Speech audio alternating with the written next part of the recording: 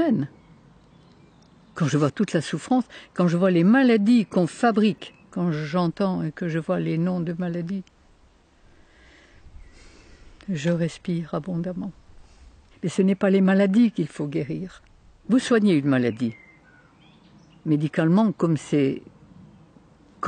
les médecins l'ont appris. On empêche le système d'élimination de fonctionner, il ne fonctionne plus, mais au lieu d'éliminer les résidus, il les enferme. Et quand il y a trop de résidus dans les liquides interstitiels, dans les liquides dans lesquels baignent les cellules, ils pénètrent dans la cellule. Comment voulez-vous qu'ils fassent autrement? Et quand les résidus pénètrent dans la cellule, soit ils déprogramment le cerveau et on fait quoi? Un cancer. Soit ils le sclérosent, on fait un diabète ou une sclérose en plaques. Soit ils le paralysent, on fait un Parkinson. Soit ils le déconnectent, on fait une folie meurtrière ou suicidaire ou un Alzheimer. Et on fait toutes les maladies du monde en étant soigné comme on l'est. Lorsque j'étais enfant, il y a 80 ans, eh bien, un cancer, on n'en entendait pas parler. Il n'y en avait pratiquement pas. Des obèses, je me souviens, dans une ville comme Épinal, puisque je suis vosgienne, il y en avait une. Elle était le côté curieux de toute la ville. À l'heure actuelle, il y a 400 personnes par jour en France qui meurent de maladies cardiovasculaires. Bien soignées, d'accord, mais ils meurent quand même.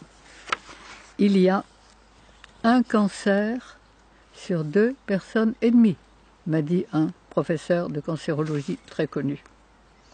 Il y a des diabètes en pagaille. Enfin, des maladies, il y en a de tous les côtés. Maladie de Lyme, on en invente toujours de nouvelles. Et il y a et on est malade de plus en plus jeune. Des dépressifs, des suicidaires. Quand j'étais enfant, il y a eu un suicide dans un village de 1000 habitants en 20 ans d'existence. J'y suis allée il y a quelques années, il y avait eu 4 suicides dans l'année.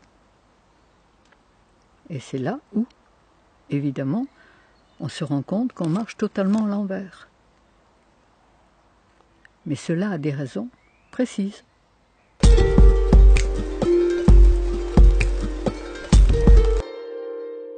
Qu'est-ce que la faculté a appris aux médecins? À chercher ce qui ne va pas. À chercher dans la poubelle la mouche jaune, la mouche verte. Et à mettre un nom extraordinaire dessus, c'est très savant. Et à prescrire des examens pour confirmer. Ça fait marcher toute la boutique. Et à prescrire des médicaments qui rendraient malade un bien portant et des opérations. Qu'est-ce que la médecine sait faire d'autre? La médecine allopathique.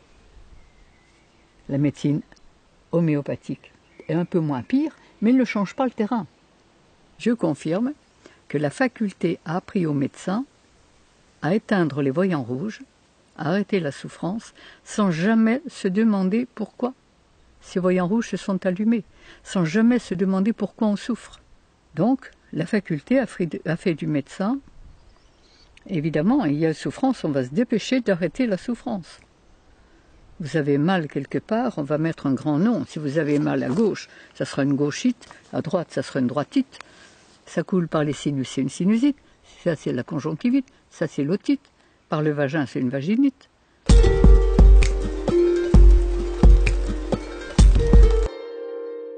Je suis passé en correctionnel, j'ai été appelé par l'ordre des médecins. Et quand l'ordre des médecins m'a appelé, c'était un bon vieux médecin d'Avignon et qui m'a dit « Madame Grosjean, si vous n'aviez pas la popularité que vous avez, il y a longtemps qu'on vous aurait fait un procès.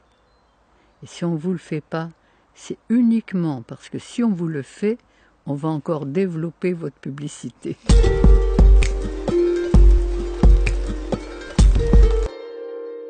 Eh bien, donner à notre corps les aliments que la nature a prévus pour son système digestif. Ensuite, chaque fois qu'il crie au secours, qu'il veut se nettoyer, l'aider à le faire.